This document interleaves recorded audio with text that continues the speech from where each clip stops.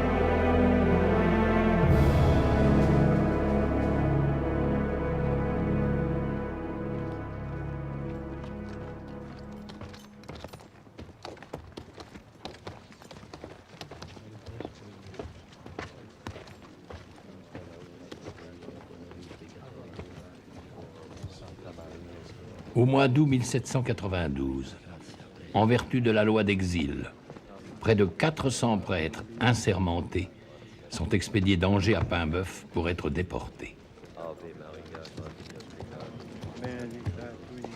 Leur crime, ils ont refusé le serment à la Constitution. Ils ont refusé de quitter l'Église.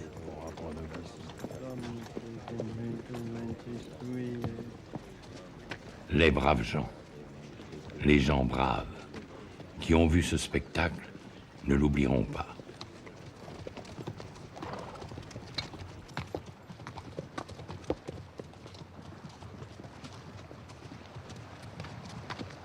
Après des débuts prometteurs, la grande révolution de 1789 commence à porter des fruits amers.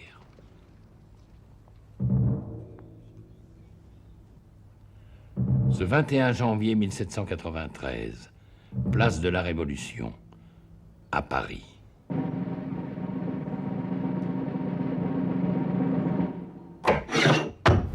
La tête coupée du roi est montrée au peuple, stupéfait, jeté en défi à tous les souverains d'Europe.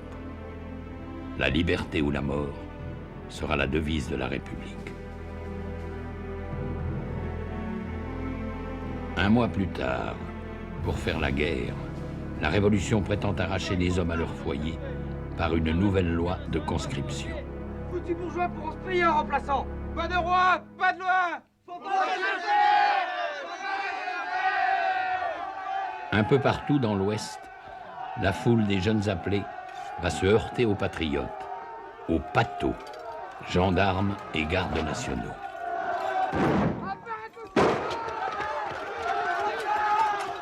Et de proche en proche, dans 600 paroisses au sud de la Loire, les cloches vont se mettre à sonner le tocsin, appelant la population aux armes.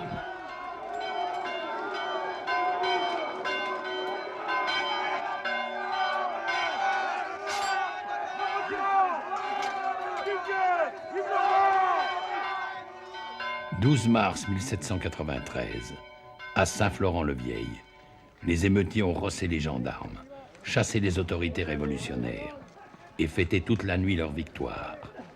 Mais le lendemain, ils ne savent que faire de leur pouvoir. Alors ils vont au village du Pin en Mauges, prendre conseil de l'un des leurs, qui s'est acquis une réputation de sage et de saint. Jacques Catelino, voiturier colporteur. Il a 34 ans, une femme et 5 enfants, pour lesquels il était en train de faire le pain.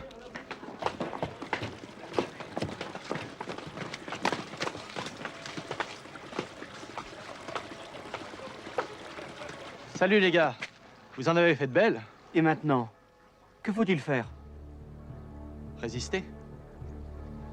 La guerre est à présent pour nous le seul moyen de salut. Et s'il nous faut périr, que ce soit au moins en combattant. Résister, ne pas subir. Telle est la devise de ce peuple forgé par l'épreuve, il y a 2 siècles.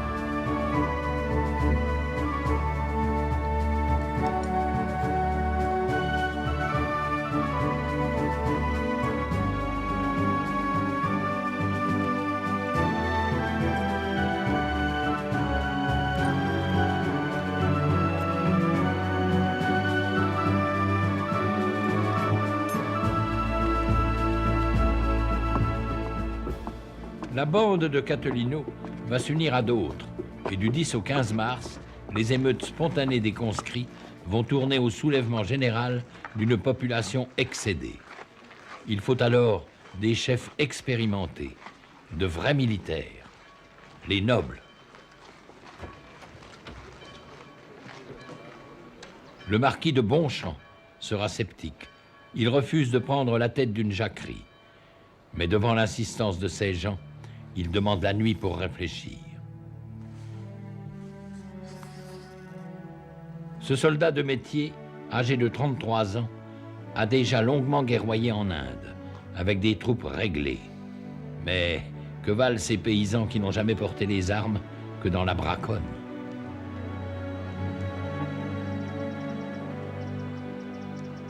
Ils vont au massacre, ils courent au martyre.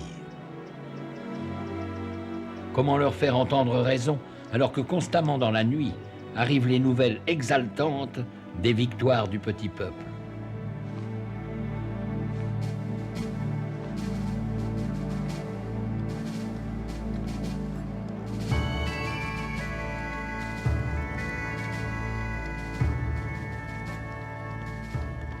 Le voiturier Catilino s'est emparé de Jalais et Chemillé, où il a trouvé des canons. Il marche sur Cholet, de concert avec d'autres chefs de bande. Le colporteur Perdriau, le chirurgien Caddy, le garde-chasse Stofflet.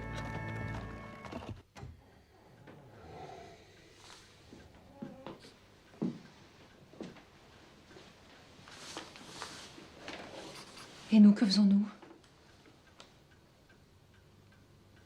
Que faisons-nous? Maurice Delbé m'a dit qu'il ferait ce que je ferais. Lui, son fils vient de naître. Faudrait-il attendre la naissance d'une autre? Prêcher la patience. Nous ne pouvons pas nous dérober, n'est-ce pas?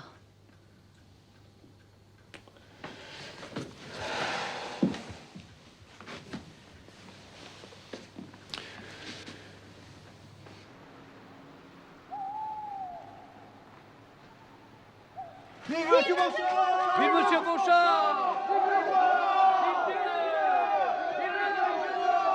Vive Monsieur de Bonchamp. Vive Monsieur Delbé, que les insurgés sont venus déloger aussi et qui suit la décision de Bonchamp, son ami.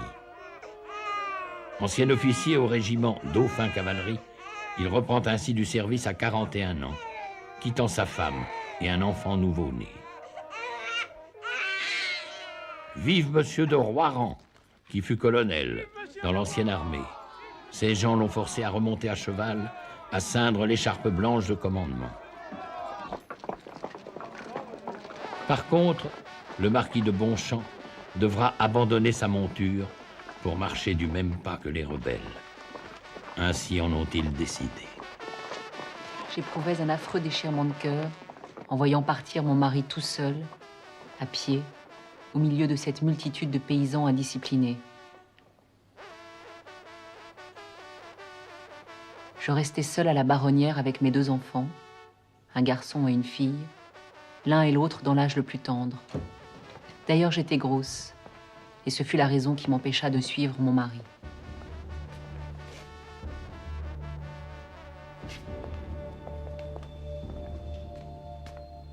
Dès la première heure, bravant la peur et les convenances, des femmes ont rejoint l'insurrection, les armes à la main.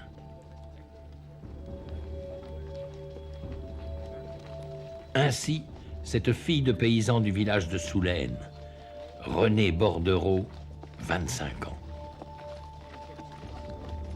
Je me procurais des habits d'homme et me réunis à 500 hommes de ma paroisse avec Monsieur Cœur de Roi, que nous avons nommé commandant. Nous la retrouverons 21 ans plus tard, après tant de prises d'armes, de combats et de blessures, enfin libérée des prisons de Napoléon et le roi restauré, elle se décide à dicter ses mémoires. Je pris le nom de mon frère Hyacinthe. Mais comme mes camarades s'en rappelaient pas bien, ils me donnèrent le nom de Langevin, que j'ai toujours gardé. Brave Langevin. Oui, c'est ainsi qu'on m'appelait.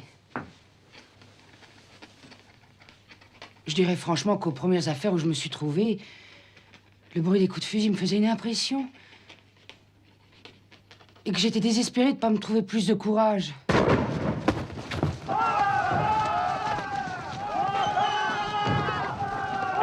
Je m'adressais alors à Dieu et je lui dis, « Bon Dieu, ne me donnerez-vous pas plus de cœur pour combattre vos ennemis ?»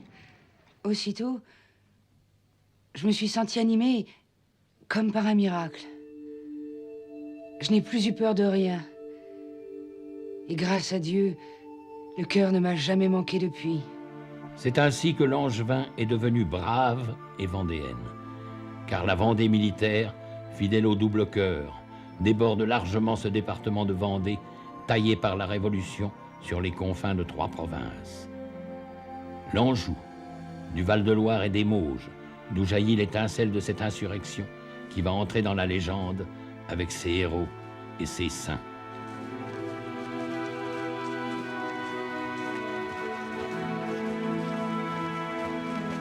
Le plus exemplaire, issu de ce peuple, il y a 200 ans, Jacques Catelinot, le saint de l'Anjou, sera le premier généralissime de la grande armée catholique et royale. À sa mort, Maurice d'Elbée prendra la relève. Il est de petite noblesse terrienne, comme Charles de Bonchamp, le plus instruit dans l'art de la guerre, et qui rêve de se rallier cet autre foyer d'insurrection, la Bretagne. La Bretagne du sud de la Loire, pays de raids et marais, où grouillent de turbulents petits chefs, jaloux de leur indépendance.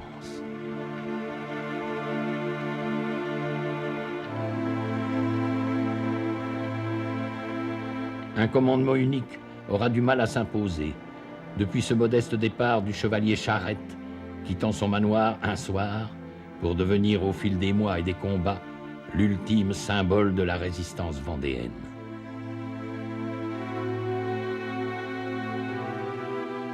Mais la Vendée militaire, c'est aussi ce bocage du Poitou, forteresse forestière, toute hérissée de haies. Il fut le premier à se soulever l'an passé, quelques jours après le 10 août 1792. Dure leçon.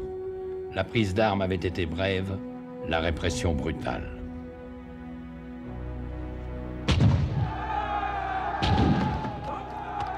On comprend que ces Poitevins aient tardé à rejoindre l'insurrection de 93, avec à leur tête celui qu'ils appellent le Saint du Poitou, Louis-Marie de Lescure, flanqué d'un archange de 20 ans, son cousin, Henri de la Roche-Jacquelin, qui restera comme le dernier généralissime de la grande armée du roi et de la foi. Pour le moment, ce 19 mars 93, les gars de l'armée du centre marchent au combat en chantant une marseillaise de leur cru. Leur commandant est le vieux colonel de Roiran. Grâce à cette ruse de guerre, il s'approche assez près dans le brouillard.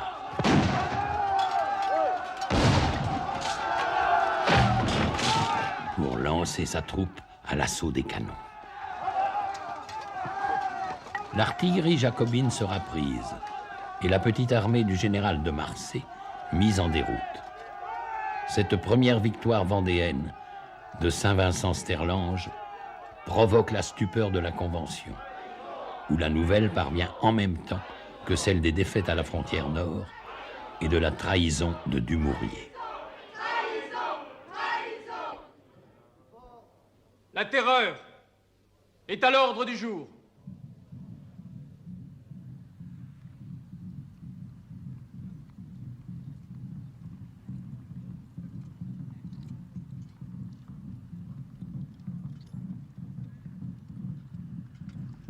Pour une justice plus expéditive, on a créé le tribunal d'abréviation et l'on envoie en Vendée la machine à guillotin qui doit faire respecter la loi nouvelle.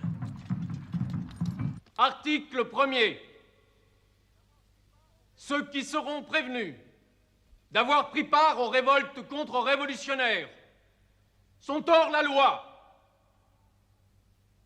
Article 2. S'ils sont pris, les armes à la main, ils seront, dans les 24 heures, mis à mort.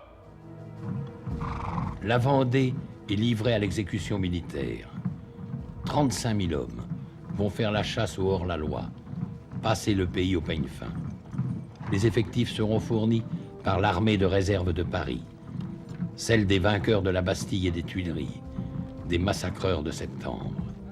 À sa tête, le général Berruyer, qui commandait place de la Révolution le 21 janvier 93 et se vante d'avoir fait couvrir la voie du roi. Mais devant ce déploiement de force, il n'y a plus rien. L'armée des insurgés s'est volatilisée. Ces volontaires paysans sont revenus à leur métairie, où les appelle l'urgence des travaux de printemps et les célébrations de la Semaine Sainte.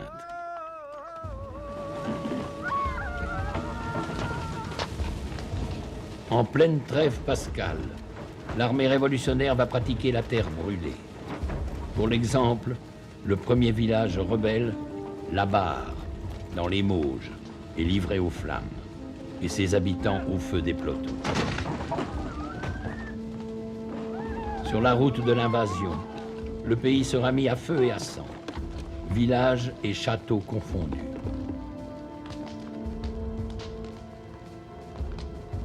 Du domaine de Bonchamp, la Baronnière, désertée par ses habitants, il ne restera bientôt plus qu'une tour symbolique.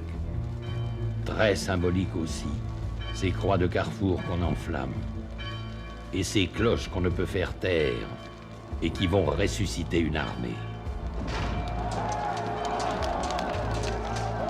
L'armée des brigands s'est retrouvée face à l'armée de la Révolution. C'est le grand choc, comme disent les Vendéens, dans ce bourg de Chemillé, où Delbé va tenter de mettre un frein au désir de vengeance après la victoire.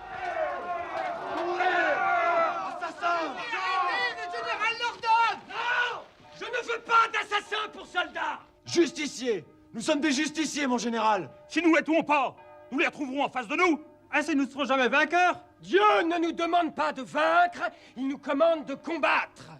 Remercions-le aujourd'hui de nous avoir accordé la victoire. À genoux. Notre Père, qui êtes aux cieux, que votre nom soit sanctifié, que votre règne arrive, que votre volonté soit faite sur la terre comme au ciel. Donnez-nous aujourd'hui notre pain quotidien. Pardonnez-nous nos offenses comme nous pardonnons à ceux qui nous ont offensés. Mes amis, tous, comme le Christ, vous pardonnerez. Ne nous laissez pas succomber à la tentation, mais délivrez-nous du mal, ainsi soit-il.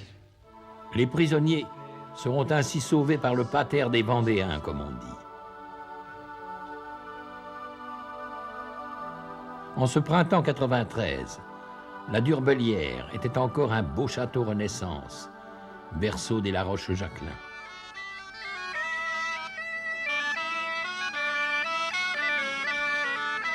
Ce 17 avril 1793, les appelés de la région autour de Saint-Aubin de Bobigné viennent chercher le descendant des marquis de La Roche-Jacquelin, Henri, qui est touché lui aussi par la conscription républicaine et dont le père est retenu loin d'ici, dans ses plantations, aux îles. Les réfractaires attendent que celui qui fut leur camarade de jeu devienne leur chef de guerre. Mes amis! Mes amis, si mon père était ici, il vous inspirerait plus de confiance. Quant à moi, je ne suis qu'un enfant, mais j'espère vous prouver que je suis digne d'être à votre tête. Si j'avance, suivez-moi. Si je recule, tuez-moi. Si je meurs, vengez-moi.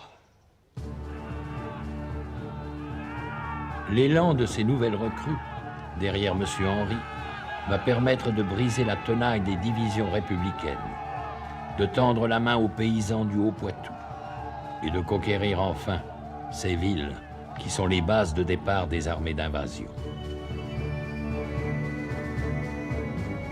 À Bressuire, le 2 mai, abandonné par ses défenseurs, on fait preuve de la plus totale clémence, en renvoyant sous serment tous les prisonniers bleus. Il en sera de même le 5 mai, à Thouars, conquise de haute lutte. 4000 bleus seront libérés sous la seule promesse de ne plus porter les armes contre Dieu et le roi. Mais devant Fontenay-le-Comte, c'est d'abord l'échec, le 16 mai. Les gars du Bocage redoutent de combattre dans la plaine, découverte et battue par tous les canons de la République. Feu! Feu! Feu!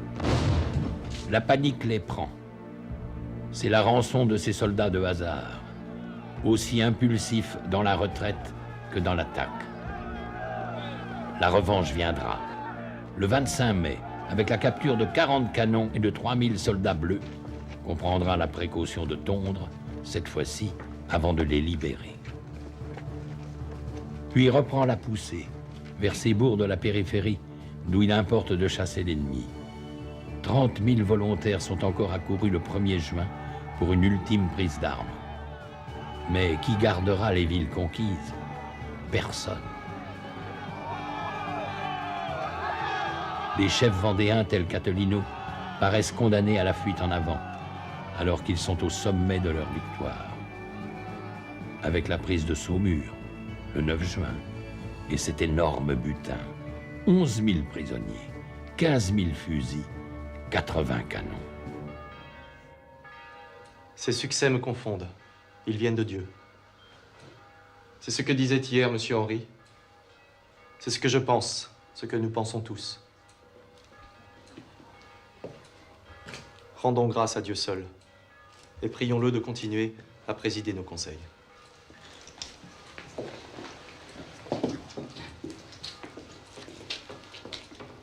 Pater Noster. Catilino, élu généralissime, ne peut que s'en remettre à Dieu pour inspirer la stratégie générale. Que faire? Où aller? À Paris, le chemin leur est ouvert. Et dans la capitale, c'est l'anarchie qui règne. Les sections jacobines ont braqué le canon sur la Convention. Coup de force qui donne le pouvoir aux montagnards dans l'Assemblée et permet d'envoyer à la guillotine les Girondins majoritaires. Pour les Vendéens, tout pouvoir vient de Dieu, dont le roi n'est que lieutenant sur terre. Le roi, c'est cet orphelin de 8 ans, Louis XVII, fils de Louis XVI, et comme son père, prisonnier au Temple, arraché à sa famille, livré à ses geôliers.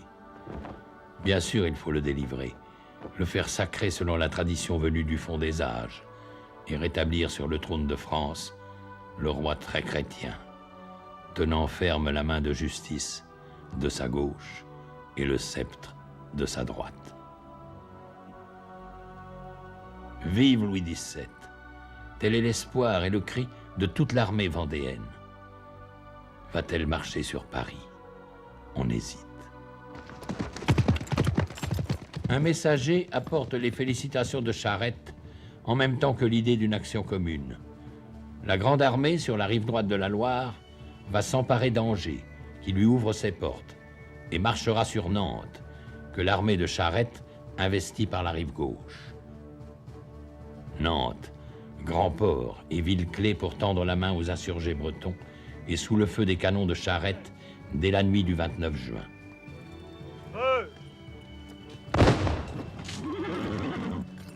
Charette fait seul donner son artillerie, et il s'impatiente d'être sans nouvelles des autres divisions vendéennes.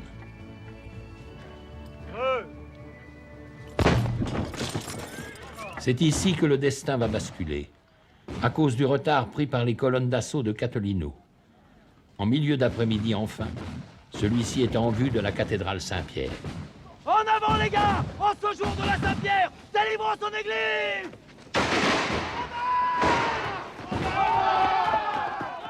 Un franc-tireur vise le général des brigands.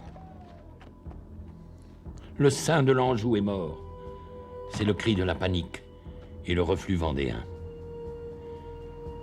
Jacques Cattolino ne mourra que 2 semaines plus tard, un 14 juillet, à Saint-Florent-le-Vieil, où il fut transporté. On avait tardé à extraire la balle de plomb mâchée par le franc-tireur et la gangrène avait gagné. Jusqu'à cette annonce de Jean Blon, son cousin. Le bon Cattolino a remis son âme à celui qui la lui avait donnée pour venger sa gloire. Ce même jour, à Paris, Charlotte Corday assassinait l'apôtre de la terreur, Marat. Elle n'aura qu'une seule défense. J'ai tué un homme pour en sauver 100 000. En Vendée, c'est Westermann qui sévit. Le sabreur qui s'est illustré le 10 août 1792 dans la prise des Tuileries et les massacres qui s'en suivirent. Pendant que l'armée des insurgés est encore autour de Nantes, il a son plan, sa méthode. Un village brûlé terrifie plus que la vue de 100 cadavres. Et mieux vaut les deux. Un raid rapide, de part en part, avec une colonne de brûle-tout, renouvelant les mêmes scènes de terreur, massacres et incendies.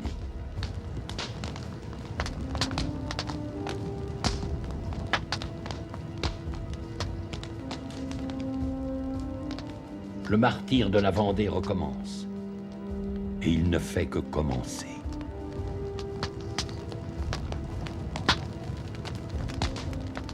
Brûler au passage le domaine de l'Escure est un évident plaisir pour celui qu'on surnomme le boucher de la Vendée. Il n'épargnera pas non plus le repère des La Roche-Jacquelin, la Durbelière, livrée aux flammes. À Châtillon, capitale des insurgés, À la République! Westermann peut arroser sa victoire Prosit! avec sa légion germanique. Loin d'imaginer que les divisions vendéennes sont en train de rameuter à marche forcée. Armes, brigands! Surpris, les Bleus seront culbutés, chassés, et Westermann ne devra son salut qu'à la vitesse de son cheval. Autre étonnante victoire des brigands, à Villers, le 18 juillet, pendant que leurs généraux élisent un successeur à Cattolino, le grand choc est tel que les Bleus y laissent leurs étendards. Et la honte en rejaillit jusqu'à la Convention qui met une nouvelle fois hors la loi l'exécrable Vendée. La Vendée!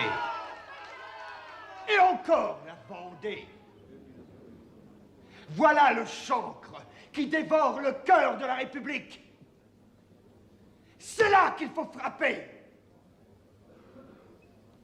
Détruisez la Vendée et la patrie sera sauvée! Détruisez la Vendée et Valenciennes n'est plus à l'Autrichien! Détruisez la Vendée et l'Anglais laissera Dunkerque en paix! Détruisez la Vendée et l'Espagne se verra conquise! Détruisez la Vendée et Lyon ne résistera plus! Il faut exterminer cette race rebelle! brûlez leurs forêts, coupez leurs récoltes, enlevez leurs troupeaux.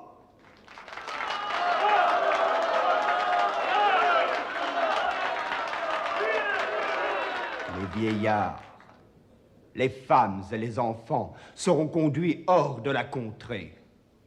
Et il sera pourvu à leur subsistance avec les égards dus à l'humanité. Enfin, place au canon de la nation.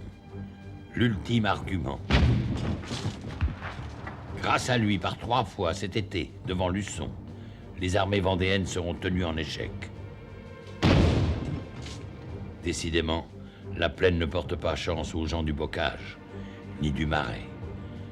Car c'est l'une des rares occasions, ce 14 août, devant Luçon, où la grande armée des Boccains participe à une opération commune avec les maréchins de Charette.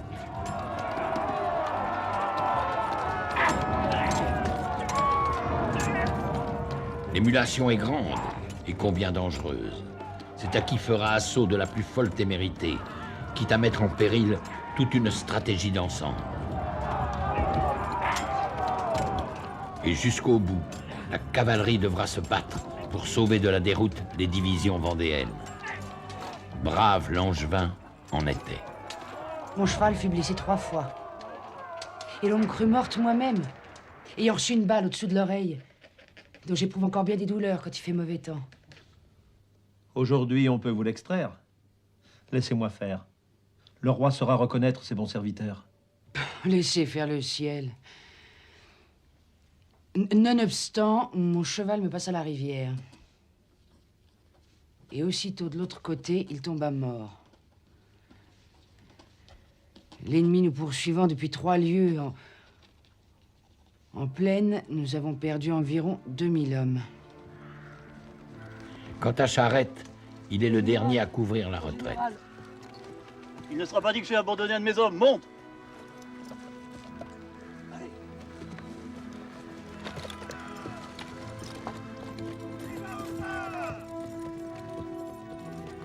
Ici, on dirait que l'histoire se plaît à devenir légende. Vive le roi, messieurs! Ce chevalier blanc face aux hussards de la mort.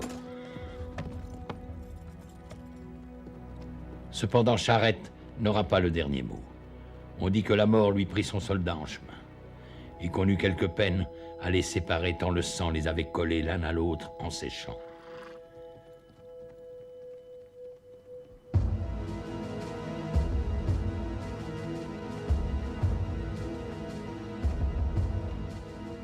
Début septembre, la Convention va pouvoir expédier à l'Ouest ses meilleures troupes, des soldats de métier. Ils ont obtenu les honneurs de la guerre sur le Rhin, à Mayence, sous promesse de ne plus porter les armes pendant 1 an contre la coalition européenne. Ils seront le fer de lance d'une nouvelle offensive générale contre l'ennemi de l'intérieur, la Vendée.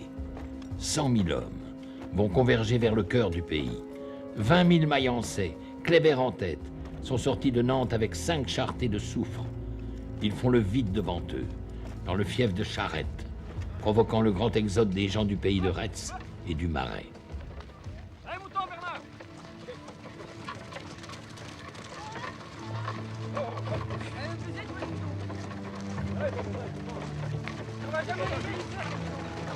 Troupeaux, chariots, femmes et enfants, vieillards, forment de longues colonnes refluant vers l'est, vers les pays du bocage, où l'on espère stopper l'invasion. Mais tous ces réfugiés ne peuvent que gêner les manœuvres de Charette. Battu 7 fois en des combats de retardement, le brave chevalier lance un appel au secours à la grande armée catholique et royale, auquel celle-ci va répondre.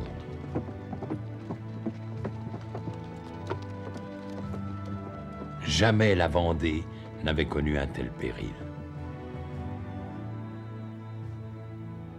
Ici, à la jonction des 3 provinces, s'élève la colonne commémorant cette bataille décisive, toutes armées réunies, Torfou. Camarades, il faut vaincre ou périr. C'est ici qu'il faut sauver notre pays d'une entière destruction. Si vous fuyez, tout est perdu. Et vous ne me verrez plus à votre tête. Vive la République! Vive la République! Face à Kléber, Charette ouvre le bal.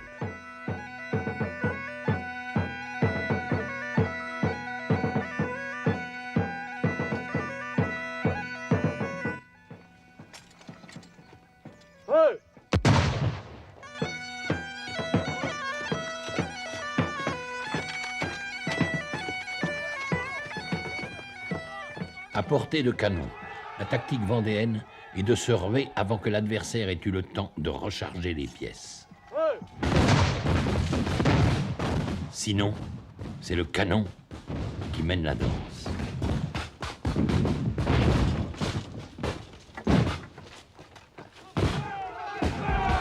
Élan brisé, en fin de journée, on verra refluer les plus braves. Mais les femmes sont là, autour des chariots de l'Exode. C'est elles qui font honte aux batailleurs, elles qui les ramènent au combat.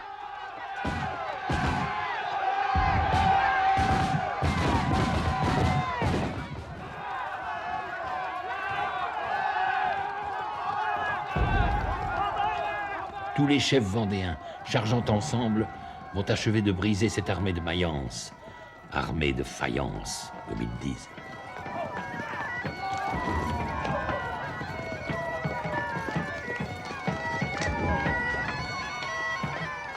La bataille de Torfou marque l'apogée des victoires vendéennes, et l'armée d'invasion serait anéantie sans le sacrifice au pont Bousset du bataillon de Saône-et-Loire protégeant la retraite des Mayençais. Et ceux-ci reviendront.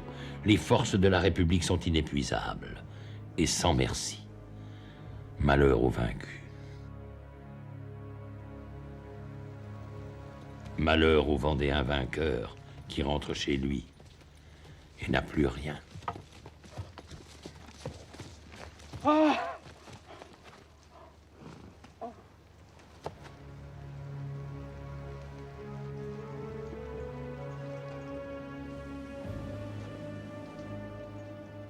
Aussitôt que notre armée est entrée dans la Vendée, chaque soldat a dès lors mis à mort qui lui a plu, pillé qui lui a plu, sous prétexte que celui qu'il tuait ou qu'il pillait était rebelle ou pensait royalistement. Aucune peine n'a été portée.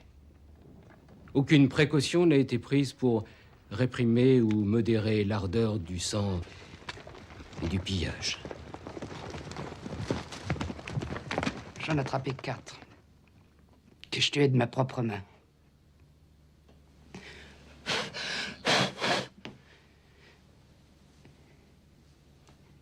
L'un d'eux avait un enfant de 6 mois, enfilé dans sa baïonnette avec 2 poulets.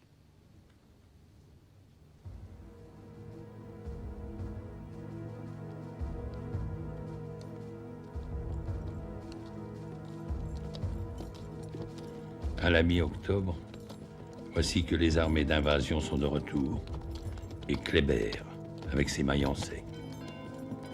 Le tocsin sonne à travers la Vendée, appelant à nouveau au grand rassemblement.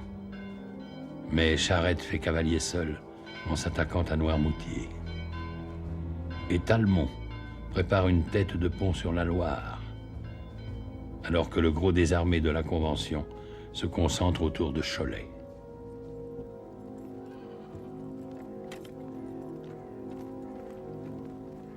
Dès l'aurore, ce 17 octobre, Kléber est en place. Le général est conscient de jouer sa tête. De partout, les Vendéens ont rallié, en marchant toute la nuit. D'autres paroisses sont attendues. Ce n'est qu'à la mi-journée que s'ébranlera la grande armée des brigands.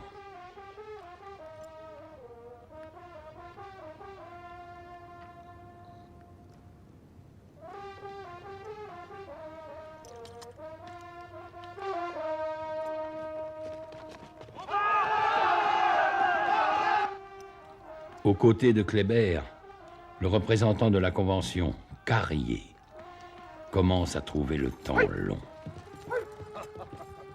Laissez passer le citoyen représentant. Il tuera après la victoire. Ruse de guerre, un certain général Marceau va démasquer ses batteries au dernier moment.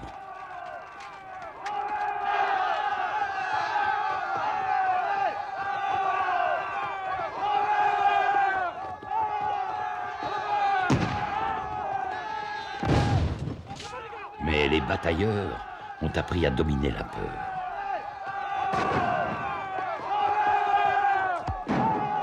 Et c'est alors Kléber qui perd patience. Là-bas! Là-bas! Ordre d'attaque! L'armée de la Révolution manœuvre toujours selon l'ancien règlement, comme à la parade. C'est au contact des Vendéens qu'elle apprendra la terrible efficacité de l'armée en masse. Pour l'heure, elle va fondre sous le tir des chasseurs paysans. Et Kléber, en fin de journée, n'aura plus d'autre réserve qu'un maigre bataillon, le 109e, flanqué de sa fanfare.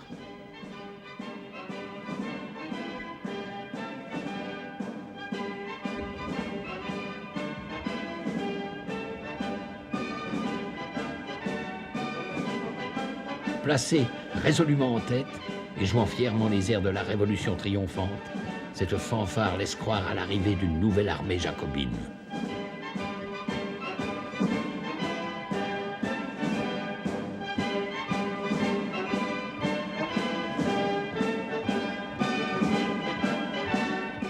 À la Loire! À la Loire!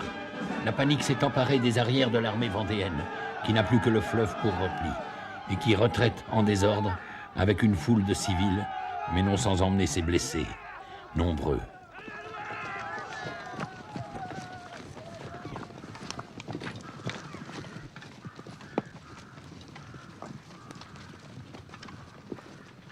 La perte la plus cruelle, Charles de Bonchamp, touché à mort, mais encore conscient, et que Bourbotte, représentant en mission, enterre gaillardement dans son rapport au soir de la victoire. La perte de Bonchamp vaut une victoire pour nous, car il est de tous les chefs de brigands celui en qui ils avaient le plus confiance et qu'ils suivaient le plus volontiers.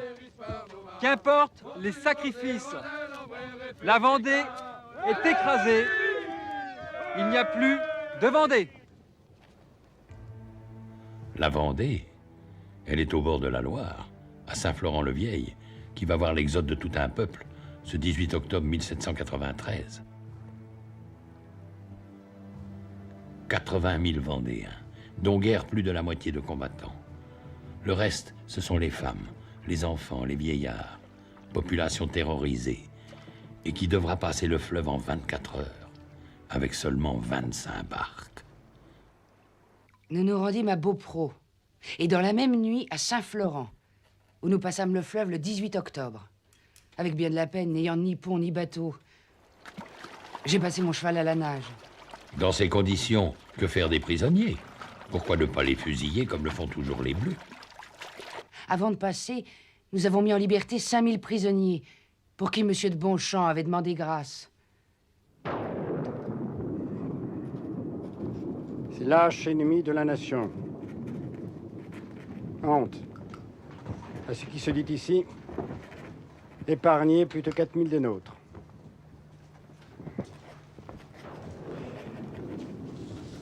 Le fait est vrai, car je le tiens de la bouche même de plusieurs d'entre eux.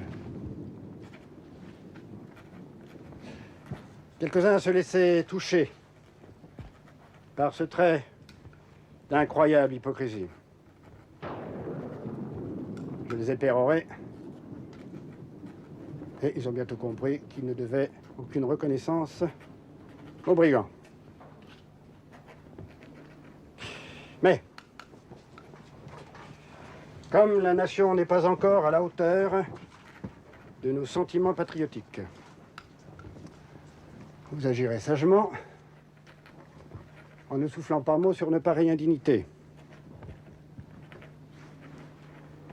Les hommes libres acceptant la vie de la main des esclaves, ce n'est pas révolutionnaire. Il faut donc ensevelir dans l'oubli cette malheureuse action. N'en parlez pas même à la Convention.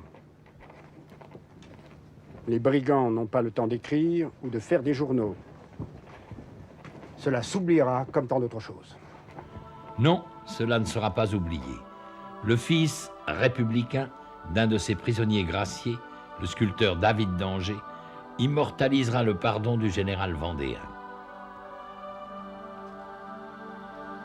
Quant au général en chef d'Elbé, criblé de 14 blessures, il ne peut plus suivre son armée. Les frères de Catelino vont lui faire traverser de nuit la Vendée envahie pour l'amener sous la sauvegarde de Charette, qui vient de conquérir une île, Noirmoutier. On pense qu'il y sera en sûreté. On y veillera.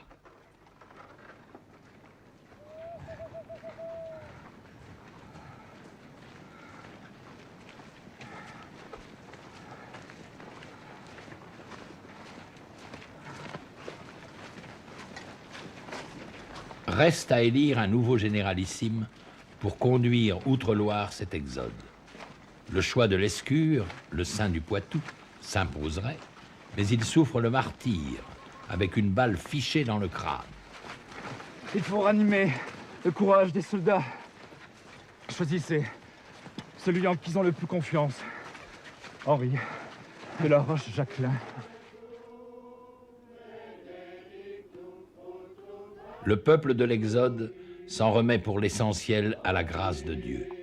Quant au reste, c'est aux chefs, en leur conseil, de décider d'un plan de campagne. De quoi s'agit-il? De se battre? Je suis votre homme. Mais je n'ai ni expérience, ni talent, et je n'ai que 21 ans. Alors, laissez-moi mener les hommes au combat, mais décidez vous-même. Où aller? Que faut-il faire? Où les mener? Je sais que nos gars redoutent de s'éloigner de chez eux, qu'il faut les ramener le plus tôt possible au pays. Encore faut-il y revenir en force. Peut-être pourrait-on remonter la Loire par la rive droite, faire la jonction avec Charette, pour enfin s'emparer de Nantes. Les Mayençais seront de retour avant vous. Allons, messieurs. Soyons sérieux, il faut voir grand. Voici mon plan. J'ai des contacts avec mes amis près du cabinet de Londres. Et j'ai mes terres, ou ce qu'il en reste, du Maine. Je suis donc bien placé pour vous dire que notre seul salut est dans une marche vers le nord. L'Anjou, le Maine et toute la Bretagne se soulèveront. Alors que diable, on aura des ports pour tendre la main aux Anglais. S'en remettre aux promesses des Anglais? Aux rodomontades des émigrés? Eh bien, messieurs, votons. La très aventureuse stratégie du prince de Talmont sera hélas adoptée. Par la bénédiction de Dieu, apprêtez vos armes. Joue, feu!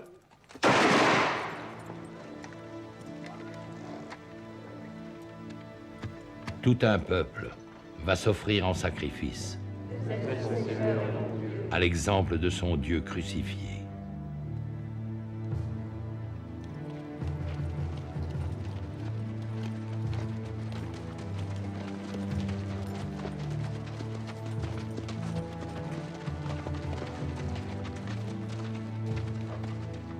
Chacun rêve d'appartenir à ce nouveau peuple élu qui vient de traverser la Loire comme une autre mer rouge.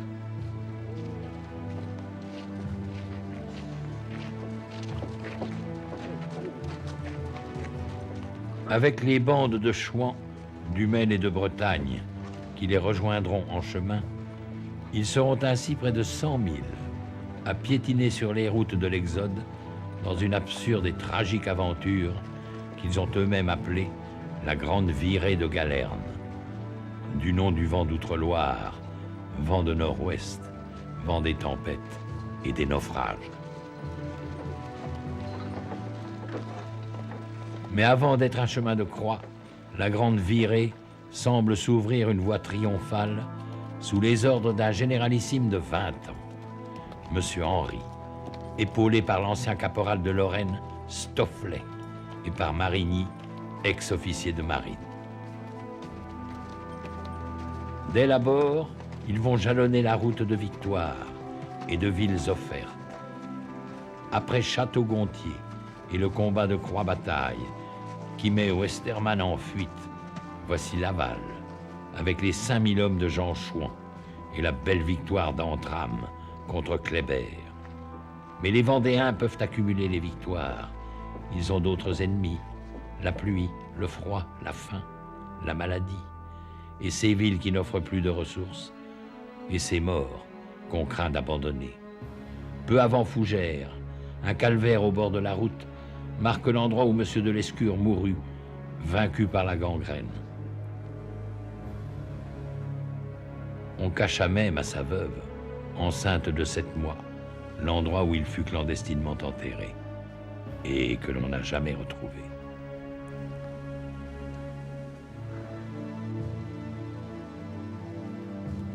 Vers quelle terre promise Monsieur Henri va-t-il encore poursuivre cet exode, sans autre issue que des victoires sans lendemain et le déboucher sur une mer incertaine?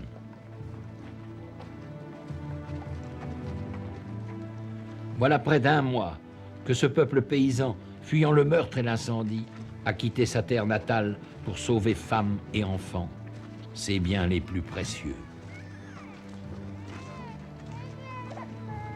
1 mois qu'il marche et s'ouvre la route à coups de victoire, jusqu'à celle-ci, Pontorson, Dole, Avranches. Enfin, il touche au but. Il arrive au port. Granville. Granville, c'est l'échec. La mer vide et la ville imprenable. Pauvreté du matériel de siège. Amertume des combats sans cesse recommencés. Absence des émigrés et des Anglais qui ne sont pas au rendez-vous, pour lequel on a fait toute cette route. On comprend que le sabre se fasse lourd à la cavalière vendéenne. Et les Bleus mettent le feu au faubourg ou tentent de s'accrocher des assiégeants. Alors, c'est le reflux. D'instinct, la masse n'a plus qu'une idée, qu'un cri « à la Loire !» et de reprendre la même route et de renouveler ses victoires. Et nous revînmes à Avranches et à Pontorson.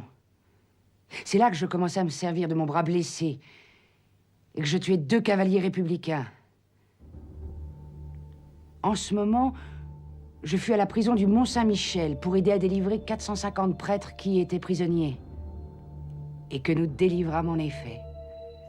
Ensuite, je me suis battu près de Dole, de 8 heures du soir jusqu'au lendemain matin 10 heures. Brave Langevin, ne s'étend pas sur ses états d'âme, comme aucun des mémorialistes vendéens. Jamais elle ne se plaint. De là, nous partîmes pour la Flèche, nous battant nuit et jour, devant comme derrière. De là à Baugé, et après à Angers. Angers, nouvel échec. La ville qui s'était autrefois donnée aux Blancs est devenue bleue. Elle se calfeutre derrière ses fortifications imprenables. Désormais, toutes les villes se ferment devant cette misérable armée qu'on n'appelle plus que l'armée des puants, avec le typhus et la dysenterie qu'elle porte en elle. Mais c'est d'un même cœur que le jeune général, toujours à l'avant-garde, fait face au malheur. Il tente une ultime manœuvre en s'emparant du Mans pour y faire reposer sa horde. Et les hussards sont à leur trousse.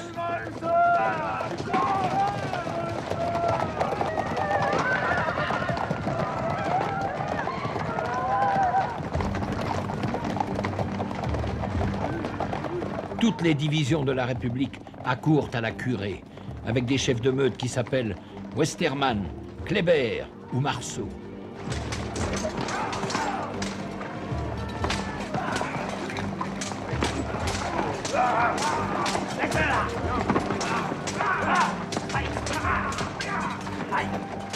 Le peu qui reste de combattants vendéens se battra toute la nuit. Mais la masse des non-combattants est prise au piège dans la ville. À l'aube, elle sera systématiquement exterminée, malgré les efforts d'un Marceau. Le massacre fera 5000 victimes dans la cité même, et 10 000 parmi les fuyards, qu'on prend le plus vif plaisir à chasser, selon le rapport du représentant Garnier. On chasse les Vendéens comme des bêtes fauves, et le nombre de ceux qu'on tue équivaut à ceux qu'on fait prisonniers.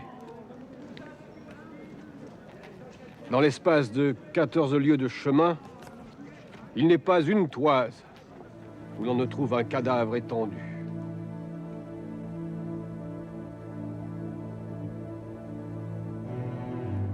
Les survivants, 15 000 à peine, se regroupent à Laval et foncent vers le sud, vers la Loire, impatients de retrouver leur terre de Vendée.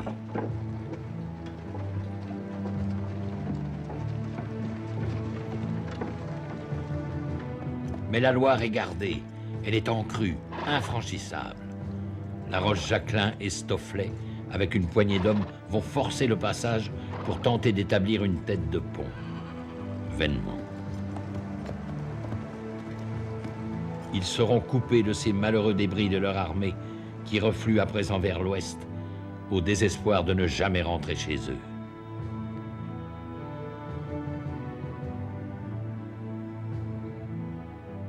Au terme du dernier Alali, ils vont aboutir au bout du monde, dans les marais de Savenay. Pitoyable armée de fantômes, ils sont encore 5000 morts vivants. Après 2 mois de combat et de marche incessante, 1 millier de kilomètres parcourus, avec en conclusion de ces longues souffrances, l'ultime sacrifice dans la boue d'un étang.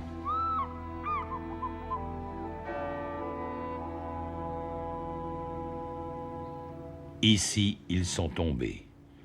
C'est ce que dit le monument de Savenay.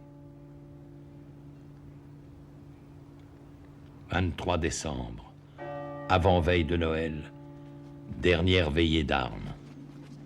On s'efforce encore de faire fuir d'innocentes victimes. Monsieur de Marigny, s'il vous plaît. Monsieur de Marigny. On a mis en selle la jeune veuve de Lescure avec l'espoir de sauver l'espérance qu'elle porte. Sans méfait, nous sommes perdus. Il nous est impossible de faire face à l'attaque demain. Dans 12 heures, l'armée sera exterminée.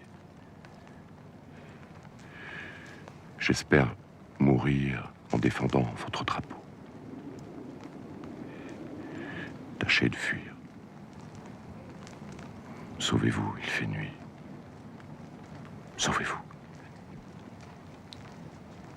Adieu. Adieu!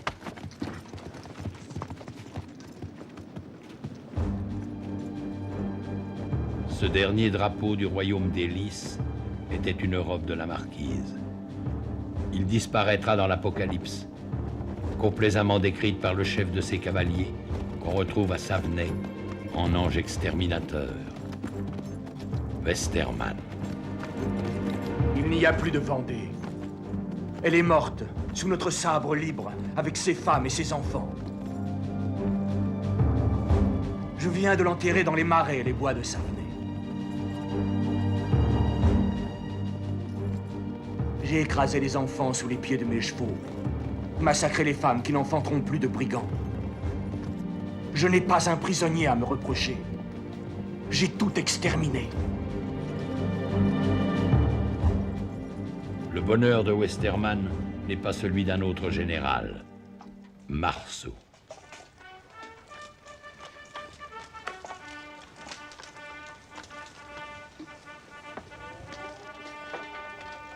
Quoi, ma chère sœur?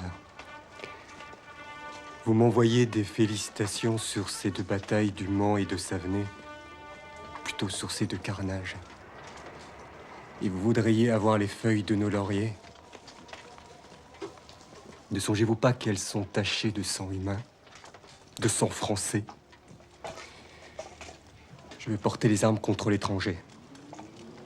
Là seulement est la gloire et l'honneur. Je sollicite un poste à la frontière. Les malheurs des Vendéens ne s'arrêtent pas à Savenay. Dès le 3 janvier, les Bleus débarquent à Noirmoutier. Alors commence la chasse aux lapins, comme disent les soldats.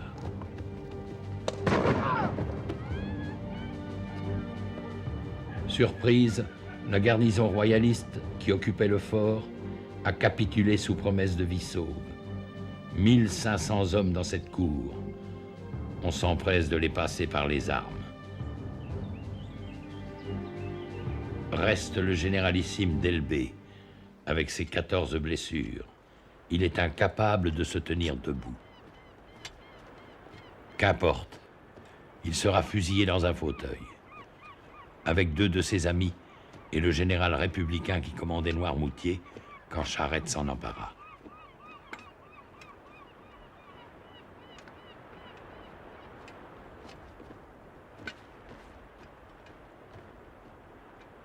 Apprêtez.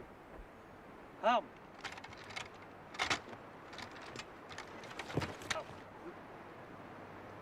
En joue. Feu. Le fauteuil du supplice s'est conservé jusqu'à nos jours. Jean-Baptiste Carrier, commissaire aux armées et proconsul à Nantes, est un esprit inventif. Voilà le 9 novembre ce qu'il proposait à ses collègues de la Convention. Vous avez à délivrer le pays d'un chancre qui le dévore. Le poison est plus sûr que toute votre artillerie. Faites empoisonner des sources d'eau. Empoisonnez du pain que vous abandonnerez à la voracité de cette misérable armée de brigands. Et laissez faire les faits. Vous avez des espions parmi ces soldats du pape qu'un enfant conduit. Lâchez-les avec ce cadeau et la patrie est sauvée. Vous tuez les soldats de la Roche-Jacquelin à coups de baïonnette, tuez-les à coups d'arsenic. Cela est moins dispendieux et plus commode. Pourtant, ces hommes ne rêvent que de progrès et de bonheur du peuple. Il faut régénérer la France de gré ou de force. Dut-on en faire un cimetière? Carrier invente ce qu'il appelle la déportation verticale dans la baignoire nationale. La nuit, sans jugement, les victimes sont embarquées, parfois par centaines, sur des gabarres qu'on saborde au milieu du fleuve. Près de 5000 personnes ont péri ainsi, à Nantes, par la noyade.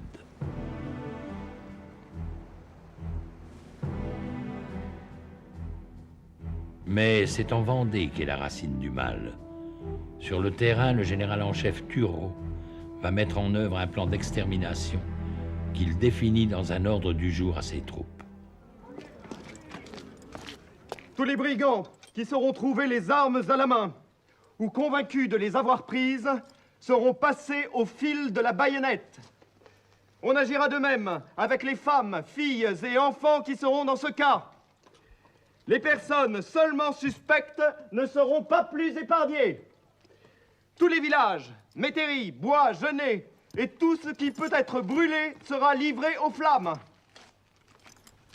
Tes mesures nous paraissent bonnes et tes intentions pures. Extermine les brigands jusqu'au dernier. Voilà ton devoir, lui écrit la Convention. Messieurs, grâce à vous, dans 15 jours, il n'y aura plus en Vendée ni maison, ni vivres, ni habitants.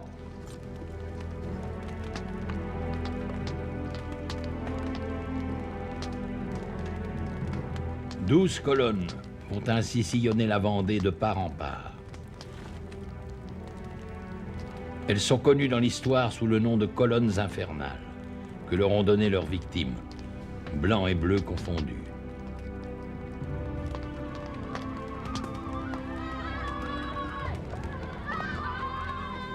Tout Vendéen est bon à tuer.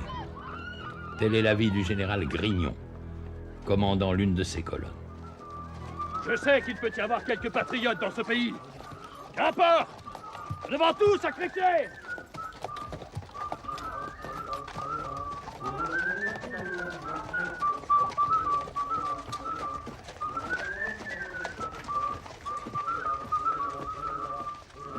Chaque soir, les courriers vont porter au général Turreau les rapports de ses brigadiers.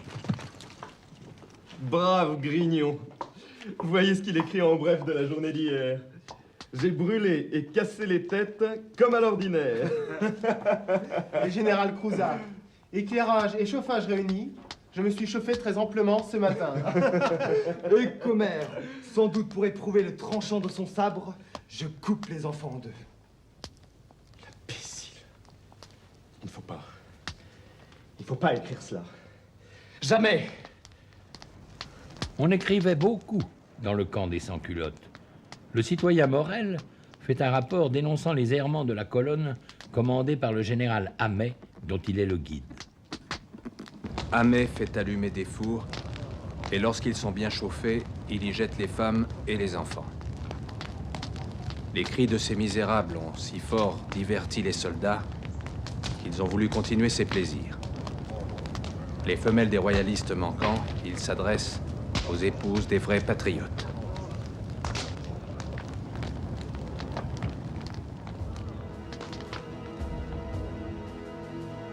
Toutes les paroisses de Vendée payèrent leur tribut de ruines et de martyrs. Une les symbolise toutes, les Lucs sur Boulogne, qui vit passer l'horreur le 28 février 1794 et qui en garde le souvenir.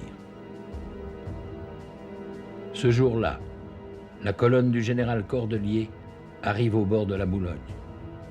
Sur l'autre rive, le curé de la paroisse, l'abbé Voineau, 70 ans, tente de s'interposer. Il sera très symboliquement le premier sacrifié, mais il n'empêchera pas le massacre de son troupeau.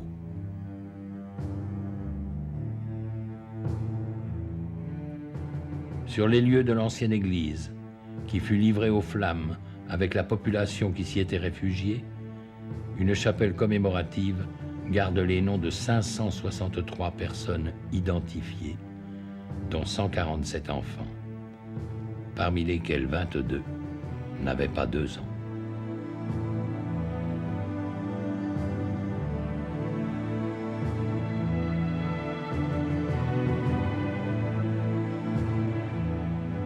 La Vendée n'oublie pas.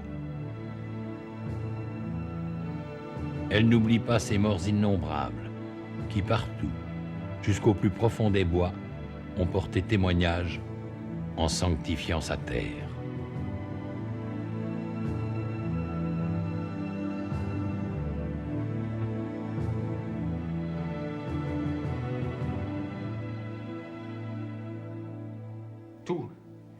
Tout sans exception est incendié, massacré, dévasté. Des villes, des bourgs, des villages habités par des patriotes ont disparu. Et le fer a achevé ce que la flamme épargnait.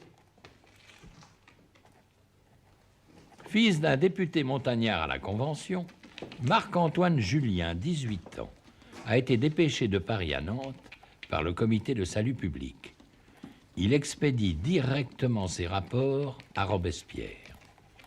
Celui-ci restera impassible, mais il rappelle Carrier. Et le fer achevait ce que la flamme épargnait. C'est ainsi qu'on a ressuscité la Vendée. Elle était finie par la prise de Noirmoutier. Ils l'ont recréée en forçant les paysans, dont un grand nombre rapportaient leurs armes, à se réunir aux brigands pour éviter la mort. Replié dans son marais, Charette n'a pas suivi la grande virée de Galerne. Le voilà bien seul à présent, devant la pression des armées terroristes.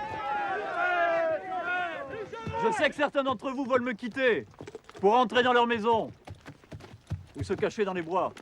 Je leur prédis à tous une mort de lâche, égorgés dans leur lit ou derrière les buissons. Mourir pour mourir, autant mourir en brave. Sonnez, Vezou!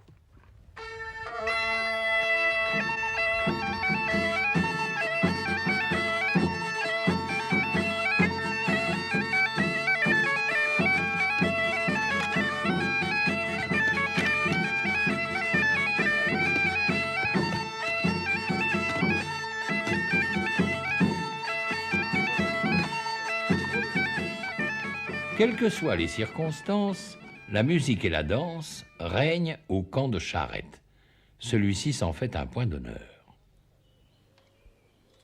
Il n'en est pas de même avec les quelques rescapés de la Grande Armée qui ont réussi à repasser la Loire et à rallier leurs anciens chefs, Henri de la Roche-Jacquelin et Stofflet, eux-mêmes réfugiés au fond des forêts, constamment traqués, et passant difficilement entre les mailles des colonnes infernales qu'ils guettent et punissent parfois.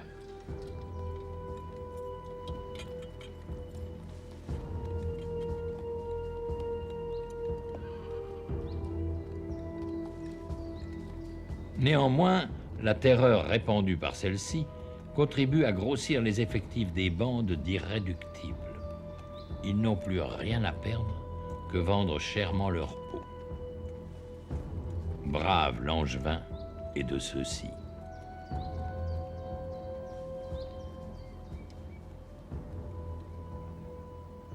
Ils vinrent pour nous trouver dans la forêt. Et ne pouvant nous découvrir, ils dirent que c'était une fausse alerte que leur avait donnée leur guide. Et ils le tuèrent. Et le mêlèrent au massacre de 25 hommes et femmes qu'ils égorgèrent dans le bourg de la Jumelière. Nous vîmes partout le sang des malheureuses victimes.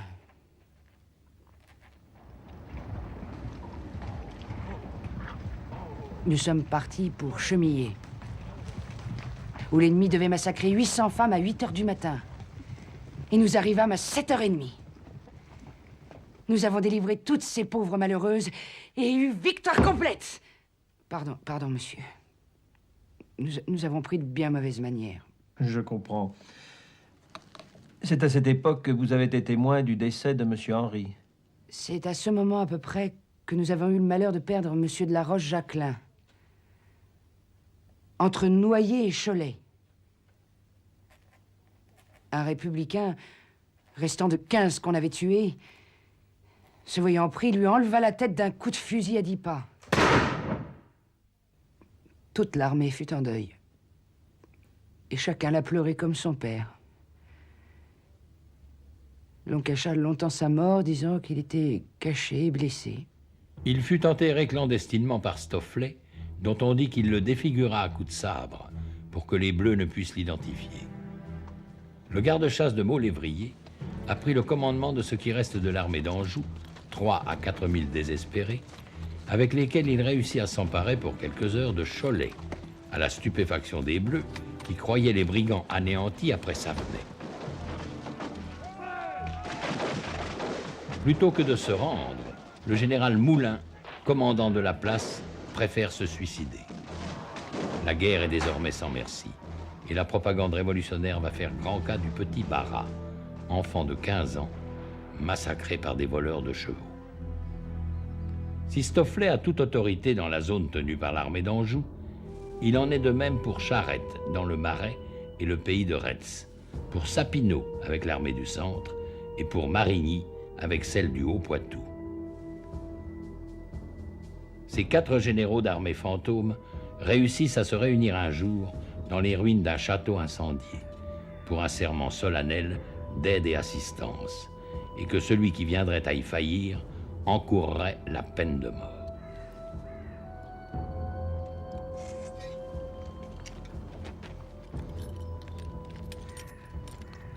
Héros réchappé du massacre de Savenay, Marigny va jouer les fortes têtes et gravement faillir à la rescousse. À l'instigation de l'abbé Bernier, il sera condamné, Stofflet promu au rôle de justicier, mais il ne se trouvera pas un Vendéen pour se charger de l'exécution. Oh, ils sont foutus s'ils tireront sur les nôtres. Il faudra faire appel aux transfuges étrangers.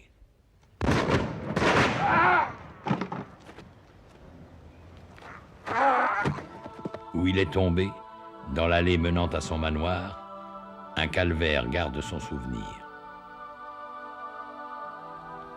Les gens d'ici ont la mémoire longue. Rares les combattants du Haut-Poitou qui continueront alors la lutte avec les autres Vendéens. L'assassinat de leur général, ils en accusent l'abbé Bernier. Ils refuseront le concordat que celui-ci négociera plus tard au nom de Bonaparte et se constitueront en petite église, séparée de Rome depuis 2 siècles. Elle existe encore, cachée et sans prêtre.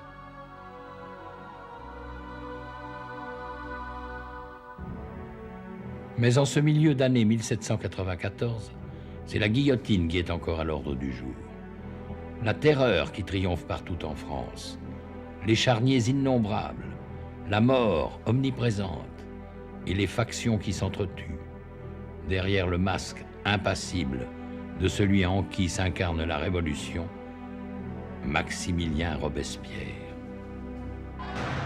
Jusqu'à ce coup de pistolet, le 9 Thermidor, qui met fin à la dictature de l'incorruptible et renvoie ses amis à la guillotine à leur tour. En Vendée, Turreau a été destitué, en même temps qu'est abandonné son système des colonnes infernales. Charette peut se refaire une santé. On dit que nous sommes du passé. C'est faux. Nous sommes la jeunesse du monde.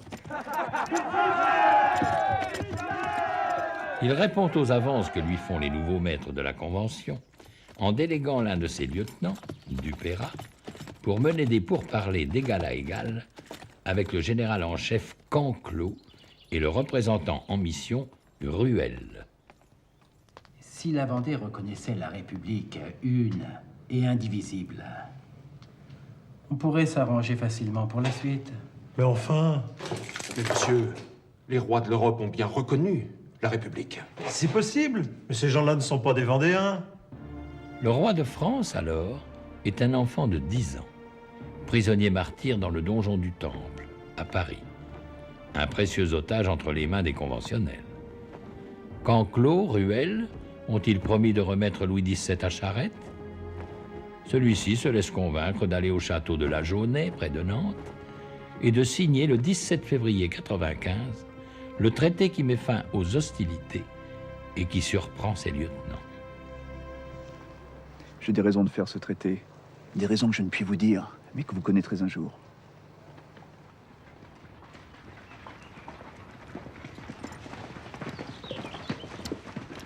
Entre Stofflet et Charette, l'entente n'est jamais facile.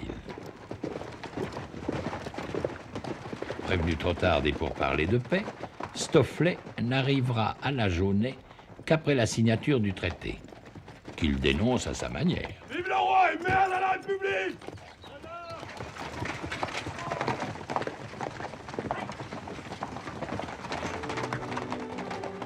Stofflet, avec ses gars de l'Anjou, va continuer seul la guerre pendant 2 mois encore, et quelques épisodes héroïques.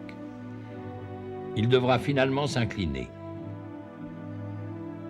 C'est dans un lieu prédestiné à Saint-Florent-le-Vieil qu'il signera à son tour la paix, à la grande satisfaction de Hoche. La France n'offre plus qu'un peuple de frères. Drôle de paix. Malgré les conventions, brave Langevin sera arrêté sans ménagement par les gendarmes. Enfin, on me mena au département. Dans la première chambre où j'entrais, je fus très mal reçu. Dans la seconde, un peu mieux. Ah, c'est toi, Langevin. C'est toi qui te bats encore pour le roi. Nigaud, tu as tort, grand tort, car tes chefs sont de très mauvais sujets. L'on me dit que je me battais pour le roi, que j'avais grand tort, et que mes chefs étaient de très mauvais sujets, qu'ils devraient déjà m'avoir fait ma fortune. Mais qu'ils étaient trop lâches, et que si je voulais servir aussi fidèlement la République, je serais mieux récompensé, etc., etc. Je leur répondis que personne ne m'avait forcé, que c'était mon opinion. Qu'ils n'avaient qu'à me rendre mon père et 41 de ma famille qu'ils avaient massacrés. Qu'ils n'avaient qu'à me les rendre existants. Et je serais bonne républicaine. Enfin, je leur dis bon républicain, car j'étais toujours un homme. Ils m'ont répondu qu'il leur était impossible. Eh bien, leur dis-je, il m'est encore plus impossible que je devienne républicain. Mais qu'apporte le messager de la République, ce 24 juin 1795, au camp de Charette encore en paix?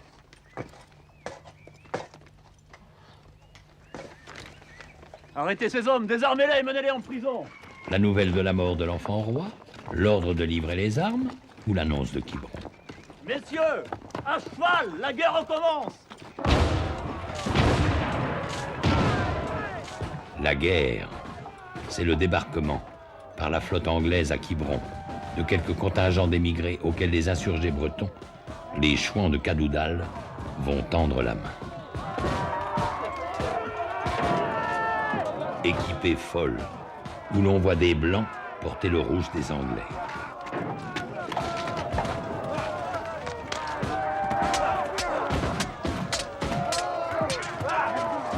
L'avantage est d'abord au contingent débarqué, mais qui n'ont ni plan ni unité de commandement, alors que les Bleus n'obéissent qu'à un seul chef, le jeune général Hoche, qui entretient quelques précieuses intelligences chez l'ennemi.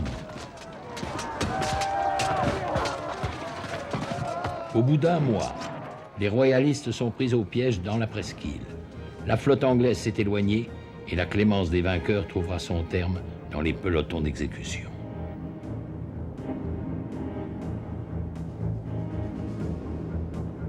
Hoche arrive en Vendée avec l'auréole du pacificateur, précisément au moment d'une nouvelle levée d'armes commandée par Charette.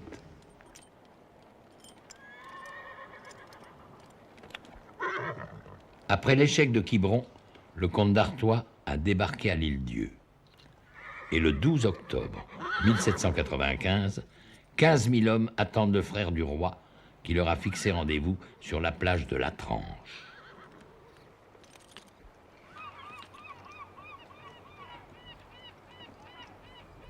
Un prince, enfin, vient se mettre à la tête des soldats du roi.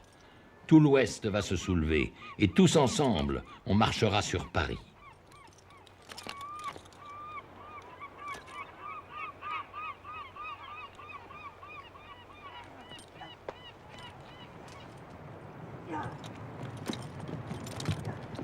Charette se dirige vers une vedette qui semble escorter un messager. De quel message est-il porteur?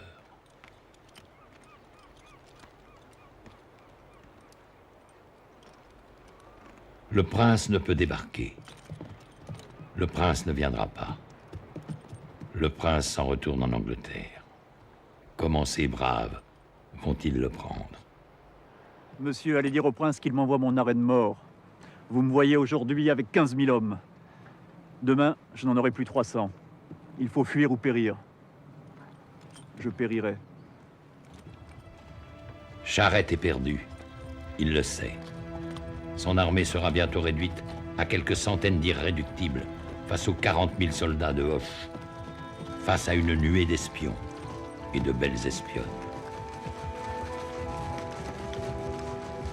Mais Charette se joue des femmes traîtresses et des colonnes mobiles.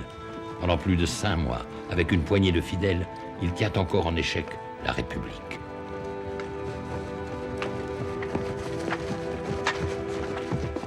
Six fois, sa capture fut annoncée. 6 fois démentie.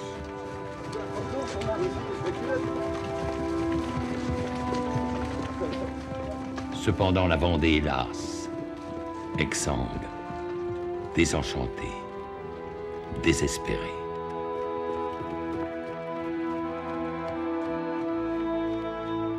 Avec des bandes éparses sur tout son territoire et qui ne peuvent plus faire une armée. Stofflet, de son côté, respecte le cessez-le-feu de Saint-Florent. Mais il ronge son frein, hésitant à répondre aux vœux des princes, aux exigences de l'honneur. Ce 26 janvier 1796, après l'anniversaire du martyre du roi, il lance enfin l'appel aux armes, sans illusion. Allons, puisqu'il le faut, allons à l'échafaud! Vive le roi! Vive le roi! Vive le roi! 400 hommes se sont encore levés pour le dernier combat. Il ne durera pas plus d'1 mois. Jean-Nicolas Stofflet, Lorrain, soldat à 16 ans au régiment du Lyonnais, général vendéen, va voir le piège se refermer sur lui. À la ferme de la Saugrenière, où se tenait une réunion d'état-major sur l'initiative de l'abbé Bernier, celui-ci s'échappera. Mais Stofflet, blessé, sera capturé et fusillé le lendemain 25 février à Angers. Vive le roi quand même! Vive le roi!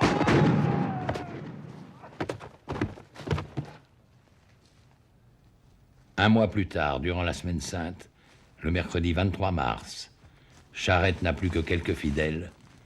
Il sait que son tour va venir.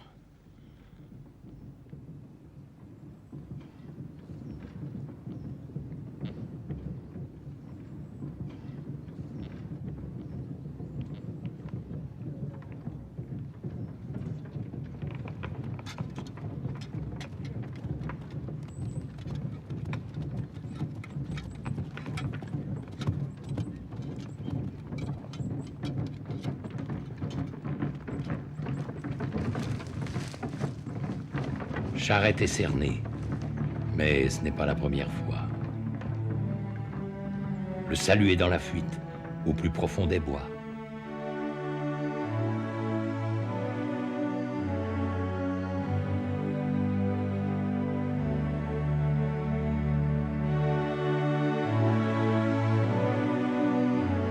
Une fois encore, il va berner les pâteaux, et toute la France applaudira le roi de la Vendée.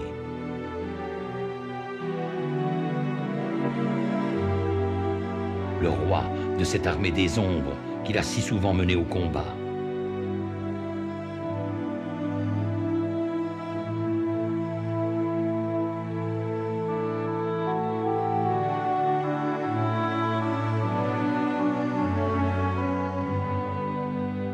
Le roi des brigands, dont la tête est mise à un si haut prix.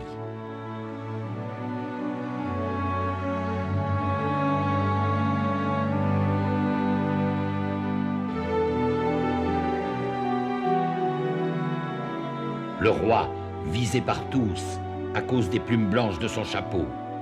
Le trop fidèle Pfeffer veut attirer sur lui les tirs. Il réussira.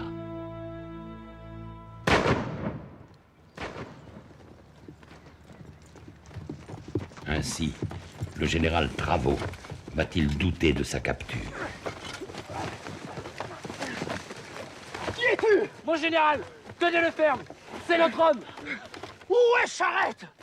Il est là. C'est bien vrai? Oui, foi de Charette. Que d'héroïsme perdu. Monsieur, rien ne se perd. Jamais. 2 siècles ont passé. Rien n'est oublié. Le lieu de cette capture est aujourd'hui situé en plein bois de la Chaboterie. Mais une croix de granit, nommée croix de Charette, rappelle qu'il fut ici, pris vivant, pour être plus tard montré au peuple dans une interminable promenade à travers les rues de Nantes. Nantes, ce mardi 29 mars. On dirait que le prêtre jureur lui demande pardon. Nous sommes ici sur la place Viarme, où Catelino, 3 ans plus tôt, fut blessé à mort. 5000 hommes de troupe font face au dernier général des brigands.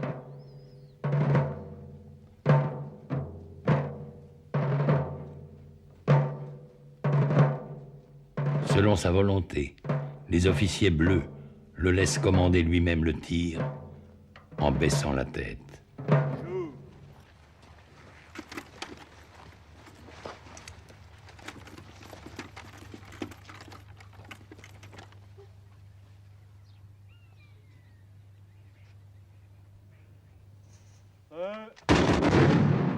Reposez. Armes.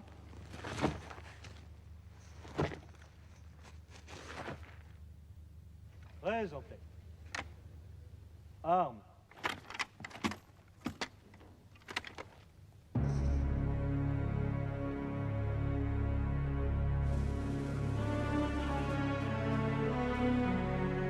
Un plâtrier fut autorisé à prendre un moulage de cette tête si souvent mise à prix. Charette avait 33 ans. Il léguait à tous sa fière devise: combattu souvent, battu parfois, abattu jamais. Les Vendéens l'ont faite leur.